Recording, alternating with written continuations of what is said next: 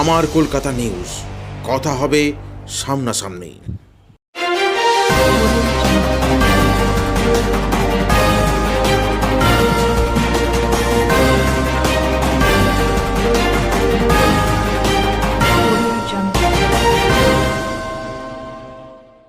ট্রেনের সামনে আত্মহত্যা করতে এসে একটি পা খোয়ালেন এক ব্যক্তি।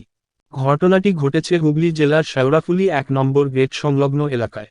প্রত্যক্ষদর্শীদের বয়ান অনুযায়ী জানা যায়, দুপুর ২:৩০ নাগাদ ওই ব্যক্তি শেওড়াফুলি ১ নম্বর রেলগেটের সামনে দাঁড়িয়েছিলেন। হঠাৎই তারকেশ্বর থেকে হাওড়াগামী একটি লোকাল ট্রেন শেওড়াফুলি স্টেশনে ঢোকার সময়ে ওই ব্যক্তি ট্রেনের চাকার তলায় ঝাঁপিয়ে পড়েন এবং তাতেই খোয়া যায় একটি পা।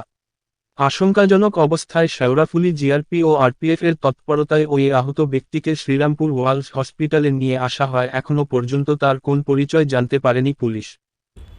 আমার কলকাতা নিউজ, কথা হবে সামনাসামনি।